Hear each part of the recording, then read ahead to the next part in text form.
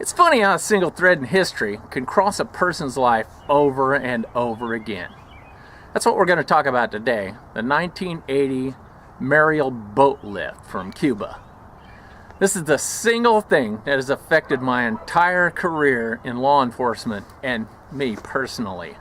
I spent 23 years at the Supermax prison in America, USP Marion. I was also in the U.S. Army Military Police for about 5 years, 8 months, and 22 days. Later, I served in the United States Coast Guard. I joined the Army in April of 1979 at age 17. My first duty station was at Fort Hood, Texas, with the famed 1st Cavalry Division. In October of 1980, I was part of the 545th Military Police Company and was sent to Fort Chaffy, Arkansas, to guard over 70,000 Cuban refugees Castro had sent to Florida. There were men, women, even some children. They were of all strata of society, from the criminal to the intellectual. It was there where I would experience my first of 3 prison riots. Escapes from Fort Chaffy was numerous. The fences were inadequate to cause much of a challenge to a determined individual. The U.S. Border Patrol had jurisdiction to apprehend any Cubans who got off the base.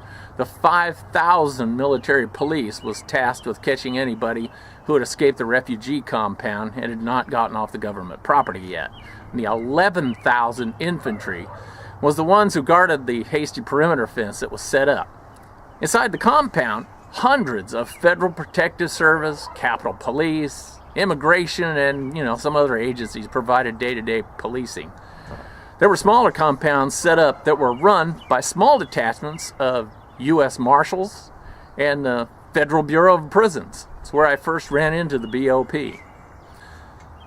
2 buildings away from us in the old military hospital, there was a single building used to house unattached female Cubans. They were guarded by special deputy United States Marshals. When we ran in the mornings, the women would come out into a small fenced recreation area and take off all of their clothes in full view of us. After this happened the first time, the non-com in charge of our run would make sure that we ran past that building when we were going and when we were coming back from these runs. Some guy in another platoon used to go and talk to these women. He eventually married one. I asked him where he learned Spanish, and he told me that he and she shared the language of love. I've run into one of these kind of morons in every military unit I was ever in the Army. In November 1980, on the day I turned 19, by the way, all hell broke loose. The Cubans had a massive riot. Thousands of them tore down the fences, injured and killed each other, wounded military and civilians on the base, and left Fort Chaffy by the hundreds. I saw a few Cubans hit the fence, and it just fell down. My buddy said, "What do we do?" I told him, "Run." He said, "That'd be desertion." So I said, "All right, you stay here and shoot a few of them before they kill you." He passed me while I was running for the woods. It took days to patch up the damage that had been done.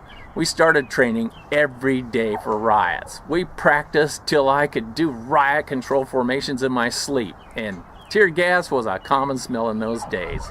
And my job was to clear out buildings underneath of them, since I was shorter than the average guy. When we returned in the summer of 1981 for the second tour there, we weren't going to be caught flat-footed again. The commanding officer, a guy by the name of Captain Petrie, drilled us incessantly in hand-to-hand combat, bayonet drills, use of gas, and riot control formations. Unfortunately, it would be put to the test.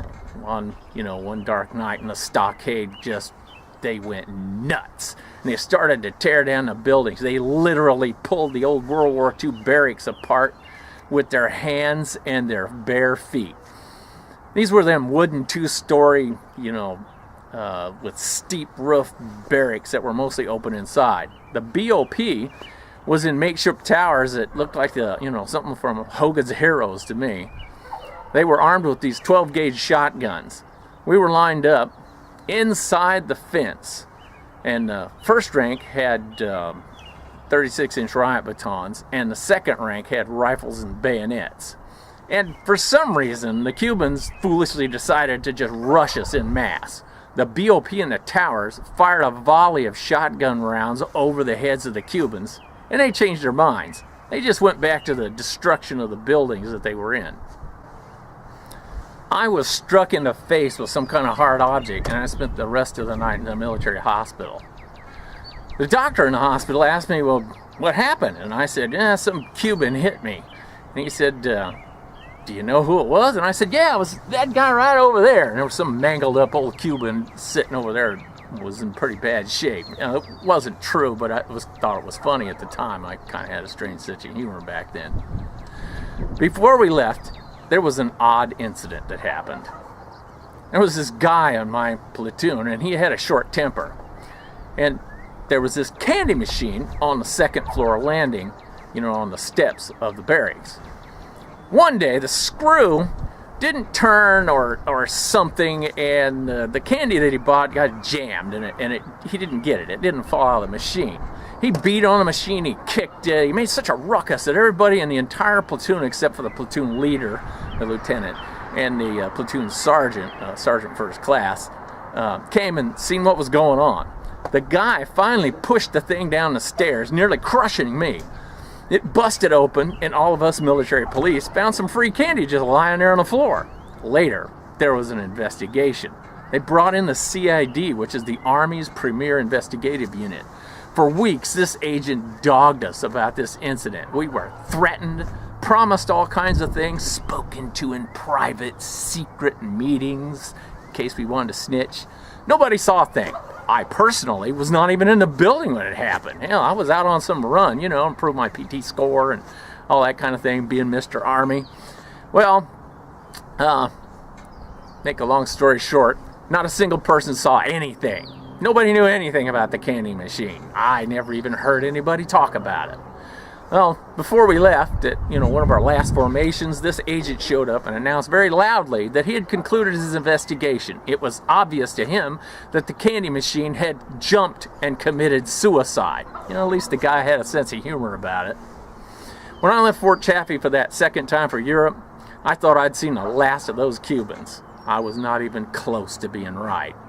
Even one of the guys in my platoon, I'd see again in the halls of USP Marion.